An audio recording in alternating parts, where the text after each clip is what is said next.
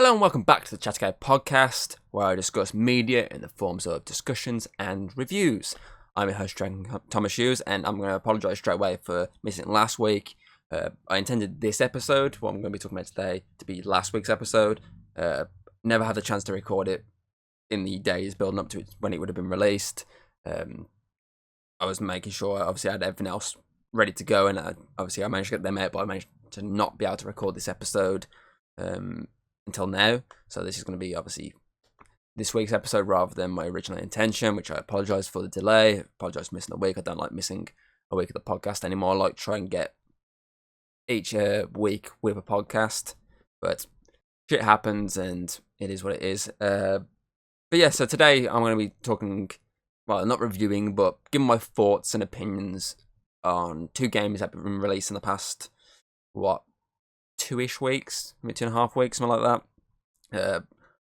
Bear in mind, I have not finished these games. That's why I'm just giving my thoughts, my early impressions on them. I put apparently almost 14 hours into one of them, according to my Xbox, but the other one I haven't put that much into. And obviously those two games are Funko Fusion and the casting of Frank Stone, the latest Supermassive Games entry, which obviously is part of the Dead by Daylight universe. And I'll start with that one out the way, because that's the one I haven't played that much of. Because at the moment I'm playing it couch play, so I'm playing with Hayden, like we did with the Quarry, but obviously without the recording aspect of it. And it's just trying to find the time for us to both sit down and play it, because as I say, at the moment I'm currently how many hours into Funko Fusion. I'm really addicted to that at the moment. And as I say, just trying to find time to play it is difficult. We're hoping this weekend to actually sit down and play some more of it. Because I think we're about 4 chapters into it. We're not too far into it. We've met all the characters. We've seen the timelines. And now we're starting just to connect all the dots early on. So we haven't done too much of it. But from first impressions, it's pretty good. It's you're pretty much run-of-the-mill Supermassive Games game is the word I'm after it. Where you got obviously a bunch of characters. You got some sort of threat to these characters. And you take time controlling each of them through different situations, and just trying to survive. Obviously, we've only really had, obviously, where we're at the moment in the game, I say, is within the first 3-4 chapters. There's only been really one moment where a character has had the chance to die, and that is the opening sequence, which, to be fair, most of the horror in the, obviously, Supermassive games takes place in that opening sequence. After that, it's usually introducing characters more and just building up the tension before you hit it. For example, Man of Medan, you had the whole sequence of the war with the soldiers, obviously on the ship when he obviously first got attacked by the ghosts. Little Hope, obviously, you had the Spectre one by one killing the entire family. House of Ashes, it was the I can't remember what race they were, but you had that group of ancients, I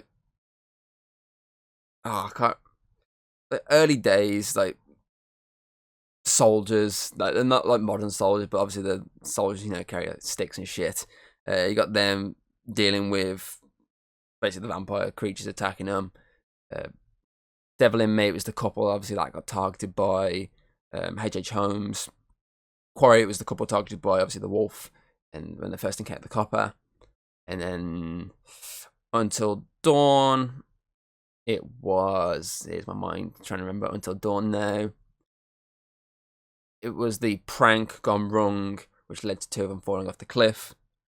So obviously there's always this spooky element in that first chapter, and then, as I say, after that, for the next couple of chapters, it's usually mellowed down a bit, introducing the characters, getting the relationships, because all these games usually have relationship bars, and this is no different. It has that. But obviously what this does differently is it has different timelines, sorry. So you obviously got the 60s, the 80s, and modern day.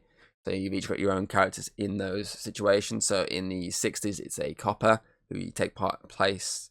Obviously, you play as in the first chapter, which involves him basically trying to find a missing kid and encountering the serial killer Frank Stone for the first time before he's, this undead killing machine.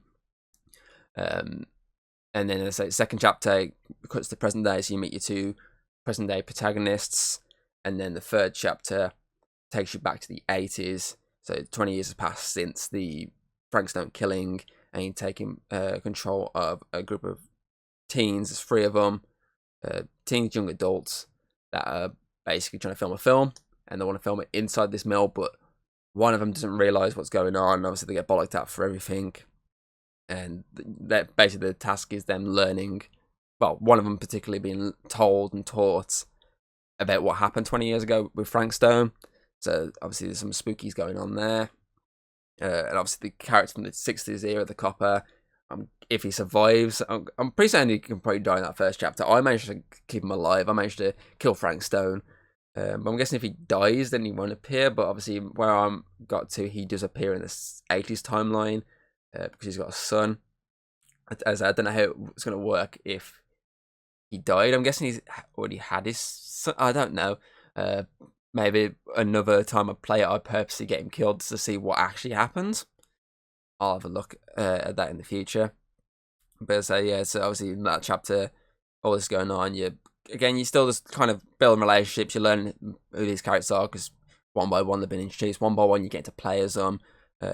In these 80s timeline as a character, you get to obviously play as. Actually, you don't play as her. Ignore me. At the moment, I don't think you play as her. At the moment, we've only played the 2 characters in the 80s timeline.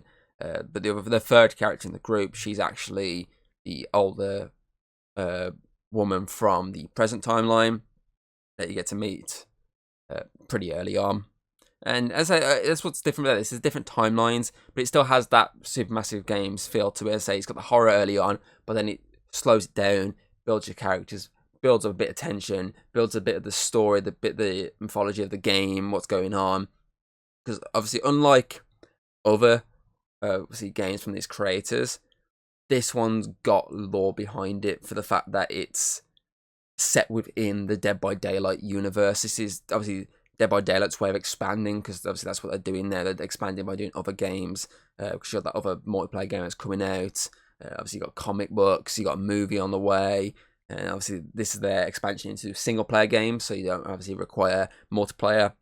You can multiplayer, just like you can with all that. This obviously the Supermassive Games. Other games you can do couch play on them, but you don't have to. You can do it single player and just play for it as you want. So obviously that's it's got that feel to it, but at the same time it's got actual licensing behind it, unlike their other work. As I say, because it's got the Dead by Daylight licensing behind it, and that's pretty cool to me. That ups it a bit. I'm not a big Dead by Daylight fan. I will admit that. I've played a bit of it. I've enjoyed it. I'd like to play more, but I don't have the friend group available with the game to play it. I probably have about 3 people in my friend group to play it, and probably about one of them that actually I know has played it. Obviously within recent times, so it's just not enough people to play it, which is why this game was up my alley more, because of the fact that I can actually play it by myself, or as I can occasionally play it with someone else if they're available, which is as I say what I'm doing. But as I say, that's what I like about this. I like that it's them having a go at their type of game, but having it set within an established universe. It kind of reminds me of, say, like Telltale, where they have license. Obviously, they have their gameplay mechanics, but they're able to tell their story. Obviously, these stories that they want to tell within actual IP. So, Walking Dead, Wolf Among Us, Game of Thrones, Back to the Future, Jurassic Park. The list goes on. So, I like that. This company is having their shot at doing that as well, because as I say, they've dished out some really good games so far. Until Dawn, great game, masterpiece. Man of Medan, there's a decent first entry in the obviously this new saga. Little Hope, the exact same. Prefer it slightly more to Man of Medan. Obviously, House of Ashes was probably their peak of this Dark Pictures saga, and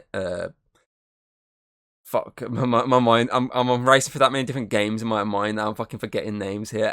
Devil in Me wasn't as good as House of Ashes, but was better than the first 2, despite its flaws with some obviously glitches when it released. And then The Quarry was again another really solid entry, and I'm definitely looking forward to their next entry that comes out next year. That space one, which apparently there's some new gameplay mechanics I've thrown into it. So I'm all up for that. But yeah, I like that. I said I really enjoy their games, and I like that they got the chance, had the chance to make a game set in an actual established world, obviously a canonical world, and just tell a new story, just to enhance the lore of this game a bit more. And obviously in the process, they're able to introduce a new killer into the Dead by Daylight universe. Obviously, Frank Stone, who you get to meet within the first chapter. And at the moment, he hasn't come back because obviously he's dead after the first chapter. I'm guessing he can also survive if you don't kill him. I don't know. I'd have to see the other path if I didn't manage to stop him. What would happen if he just dies anyway for some reason? Because obviously he needs to get possessed by the entity to become this undead slasher like all the rest of the characters in Dead by Daylight. Because you get that undead, you get the entity very early on. You get the hints at Dead by Daylight because there's on the walls in the first chapter there's outlines of weapons which I believe are meant to symbol some weapons from Dead by Daylight characters. Obviously you do see the entity as well. You see the claws coming from above. Obviously once I kill Frank, you got to see that. And in chapter 3, I know there's some. Actually, I don't think it's just chapter 3, but I know there's some other chapters that do have them. There's little references to some of the killers that you'll see. I know the Huntress is a reference because there's a mask. And if you pick it up in chapter 3, it actually plays the lullaby. And I know there's a sheet music you can find in chapter 2 that plays the lobby music of Dead by Daylight on the piano, which is pretty cool. So I like that. It's chock full of little Easter eggs for people who know Dead by Daylight or know enough to get by. So I do like that they threw in these little Easter eggs to get people. Oh, okay, that's pretty interesting. And I recognise that. I recognise this. But at the same time, I like that it still feels like one of their games. So I'm not very far into, so I can't really talk too much about it. It's fun. It definitely has that horror feel to it. The first chapter specifically was very menacing because that's the one where you always know that something's going to go down. See, chapter 3 was probably the more mellow one because, well, there's not much going on. It's just characters like looking around some shops. And then you got chapter 2, which early on feels very horror, and then you start to think as it goes on, there's a bit more going on, but there's not much to that chapter either. But it's that first chapter that's the really solid one. The next 2 that I played are just basically just your run-of-the-mill Supermassive Games type chapters that follow on from the first. But I feel like if you're into their type of games, their gameplay, you make one mistake with this character, there's a good chance they're dead, and then that's it. That character's dead, and there's a different pathway in the story. The butterfly effect kicks in. I think if you're into that type of game, then this is up for you. This game is definitely there for your enjoyment. And I feel like if you play Dead by Daylight and obviously you like Dead by Daylight lore, despite the fact that this doesn't have the same mechanics, yes, there is some elements that they do use. I know the generator pulling. I know there's one of the things you have to do. I think it's when you oh fuck, I can't remember which part it is. There's a part in the first chapter where you activate something, but when you're activating the button you're pressing, it has to be like it's like the generator. I think it's when you're reacting to something. So for example, I was walking through between these pipes, and as I stumbled through, obviously I think the one pipe fell out. It was hot. I can't remember off the top of my head, and it came on the screen. Then this dial, and obviously you have to get it within the bar to basically successfully get through this interaction. So that is obviously related to the generators in Dead by Daylight. So I like the fact that they're taking their own gameplay mechanics and they're mashing them with Dead by Daylight with references to obviously their gameplay mechanics. So I do like that. I think there's a lot of references that people who play Dead by Daylight will understand. And I think that's pretty cool because you kind of got to do that. You got to chuck in 3 references since it's set in obviously an established universe. So I say I'm looking forward to seeing how obviously what happens further in the game. So I keep seeing advertised. I'm just like, I really want to sit down and play more of it. I just haven't had the time to sit down with Hayden and play anymore. So I'm hoping to say, my fingers crossed this weekend, we've set Saturday as a day to sit down and just try to play some more of this game. But we'll see come Saturday if that happens. But say for now, it is a fun game. Um, that as my early sort of reactions, if I can look at what sort of score I've got early on it, my early sort of reactions on it are like in the 7 regions, which is in line with say the early Dark Pictures games. So for me at the moment, it's not Until Dawn, it's not The Quarry, and it's not obviously the latter of the Dark Pictures game. It's more in line with the first 2, but that can change as the story goes on. Once I actually get more into the nitty gritty part of the story and see a lot more of the horror elements, that might up more onwards, which I'm hoping it will, because I feel like this could easily be like a really good, interesting, and really high game for me. So we'll see. As I say, at the moment, I'm in the 7 regions on my scoring, but I'm not rating it today because, well, there's no point. I'm literally like a couple of chapters into it. There's no point me giving a rating or a review. I might down the line sit down and actually review it properly and give a proper score, but we'll see how that goes after I played it. If I feel like I can go on for 20, 30 minutes talking about it more. I mean, I've gone for like 15 minutes now nearly. So yeah, I'm gonna jump onto my next topic to talk here, which is the Funko Fusion game, which is the more recent one, which came out a week ago, and I got very lucky that my copy of the game, which I ordered from Smith's, actually turned up on, I think it was the Wednesday before release. I say lucky, I also say I was cursed at the same time, because I'm lucky for the fact that I actually got to play the game before release.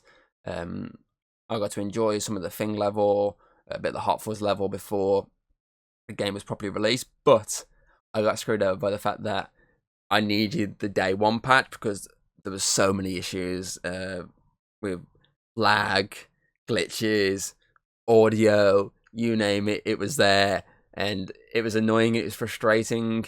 I had a crash at one point when I was doing the second Thing level, when I lost the first time, respawned, went in for a second attempt, did really well, and then died. So I got screwed over there, and then I also got screwed over by the fact that if there's a part I'm stuck on, which sometimes if I'm getting stuck on a game, I'll spend a while doing it myself, but if I can't, I'll always look up to see an example of how, like, what you need to do. Obviously, I couldn't do that because no one had any playthroughs on it because the game hadn't even released, so I got screwed over by that. But I say once it actually launched, and a lot of these issues were fixed, yes, I think there's still a couple of sound issues, nothing like major. I've had probably one massive sound issue, which was like a cutscene not having any sound, but other than that, most of the sound issues have been fixed. Glitches, I've had 1 or 2. Other than that, again, been fixed. Most of the issues I had have been fixed. My main complaints regarding the game now are just some of the gameplay is a bit infuriating, sorry. So, for example, half the time you're literally just wandering around, not knowing where the fuck you're going, which is kind of cool because you can kind of go your own way, but at the same time you kind of would like it to go, okay, you need to go to this location specifically, because then you can always think of, oh, okay, I'll just avoid that location to look around then. So I wish it had that. I also wish it had a difficulty level. This one doesn't, which is weird.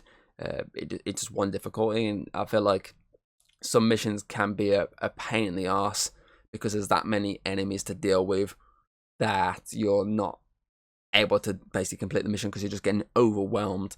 For example, the second Thing mission, I got overwhelmed by the fucking dogs. And then one of the Master of the Universe missions, it was just endless waves of enemies, and after a while you're just like, what the fuck, and you have to take a few deaths just to get through it. So that's another thing that annoyed me. I think there's something else that really annoyed me. Difficulty, lack of direction at times. Tutorials. Most games tend to have tutorials, or at least some level of tutorial. This kind of doesn't. It kind of lets you just do it yourself, and it's just like, that's kind of cool. But at the same time, you'll find something, and you'll be like, oh, I wonder what you have to do this, and it just comes up with like, you'll have like a dialogue option. If you click a button next to it, be like, oh, you have to find like the correct character to do this. It's just like, you could at least like give me a quick like pop on the screen of a hint of this type of character. Obviously, you can link it via the usually outside there's an image of the power that you need, but if you still don't get it by that, we call if there's a little hint at what you could do there. because you don't actually get that tutorial properly until you say play the mission that character that you need is from. Like, for example, there's a lot of gold stuff, and then you can destroy the gold stuff is usually He-Man, which obviously you have to unlock He-Man to get that. And obviously you have to smash using his sword. You have to smash the gold with the sword, basically. It comes up with like a little X on the screen, you have to smack it multiple times. But without that playing as that character, you won't know what the fuck you're doing. You won't know you've got to go get that character until you get that character. And I feel like there could be a little thing that pops on the screen saying you require He-Man, or you require a character who has this specific weapon to do it. For example, there's chests as well. There's like this little circle on them, and I found out via someone online that you have to use a laser gun to blow up these chests to open them. I don't remember it telling me about that specifically, so I'm guessing that's something I'd learned from fucking Battlestar Galactica, which is where most of the characters with the laser guns are from. So it's annoying that you have to specifically do pathways to learn. Obviously, like, oh, I need to use that pathway. I need to use this weapon to break that in another level. I wish that when you're in the other level, it would kind of just like give you a hint, to like a better hint than just an image, and be like, okay, this is specifically what you need to do.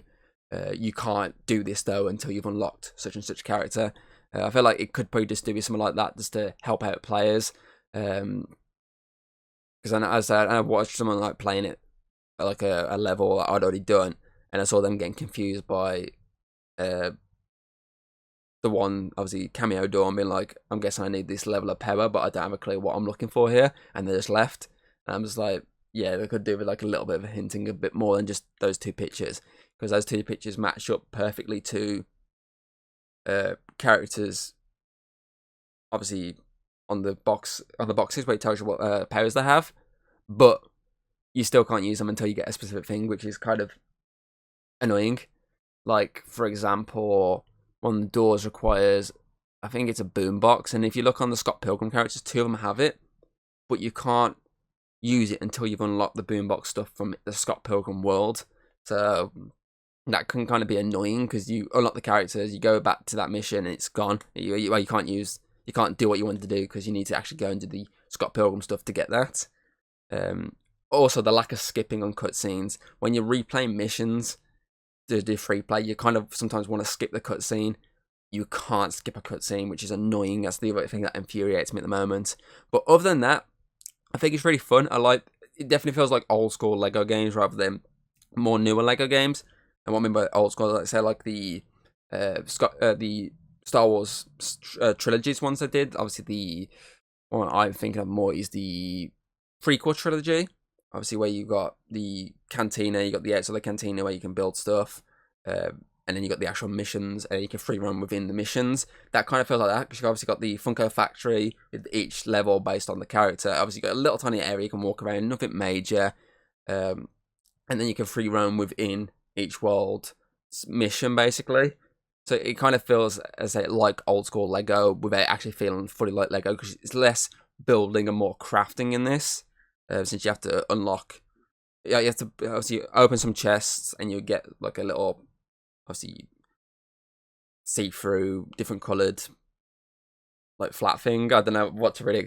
It looks like kind of like a see-through coin, and you basically have to put that into like a certain specific machine to then slowly unlock the ability to craft potion, a flamethrower, for example, with the thing, a jump pad. That's the first one you learn, is the jump pad. Stuff like that. Stuff that is useful to maneuver through a world. Stuff that's useful as a weapon. Stuff that's useful as a health benefit. So what I mean by there's more crafting than there is building. And so I like the levels. So far, I've completed the thing. I've completed Master of the Universe. And I've started the Hot Fuzz when I'm halfway through that. I've just got to do the rest of the ones. So I'm really enjoying them. I like the retelling of the stories in much shorter span. I like the goofiness to it. I've been a fan of Funko Pops for a long time. I mean, you can see my backgrounds. Most of my videos that my camera's on is usually a background that has Funko Pops in the background.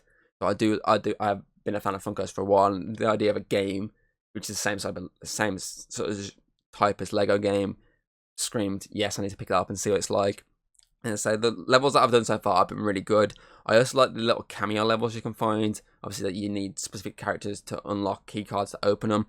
So far, I found the Xena World, which I found by cheating. Technically speaking, you need to do free roam to unlock Xena in the 3rd Master Universe level, I think it is. But I managed to jump over a wall by using the bounce pad. So I managed to do it without actually doing the free roam. The other one I found was the Jaws one. That's the one I've actually properly played. Because the Xena one, it's kind of spread out across multiple worlds. She kind of just keeps traveling into different worlds, which is pretty interesting. And it makes sense being the Master Universe world because the 2 warriors. And so I found the Jaws one, which I've completed. I 100%ed that. It's the first one I actually 100%ed. I know where the Short and Dead one is. I just need to do the Scott Pilgrim mission to get the boombox to open. Also the amp to open the world. I like that there's the main story, obviously, and to unlock the main story's next, obviously, part of it, you have to do these specific worlds. You have the 7 to go through, and obviously each one unlocking the next chapter in the outer franchise story, the more Funko story, to obviously Eddie and Freddy. So I like that. Obviously, each one unlocks the next chapter of that story. But I do like the fact that in each sort of section there is a little cameo story, which is a much more condensed version of that property. So like Invincible, Jaws, Five Nights at Freddy's, Shaun the Dead, Megan. There's a few of them. So I like that there's these ones placed in worlds that you can unlock and just mess around with. So I say I love the IPs of this. They're so fun. Obviously, it's more adult orientated than Lego games because of the fact that it's a 16 rating.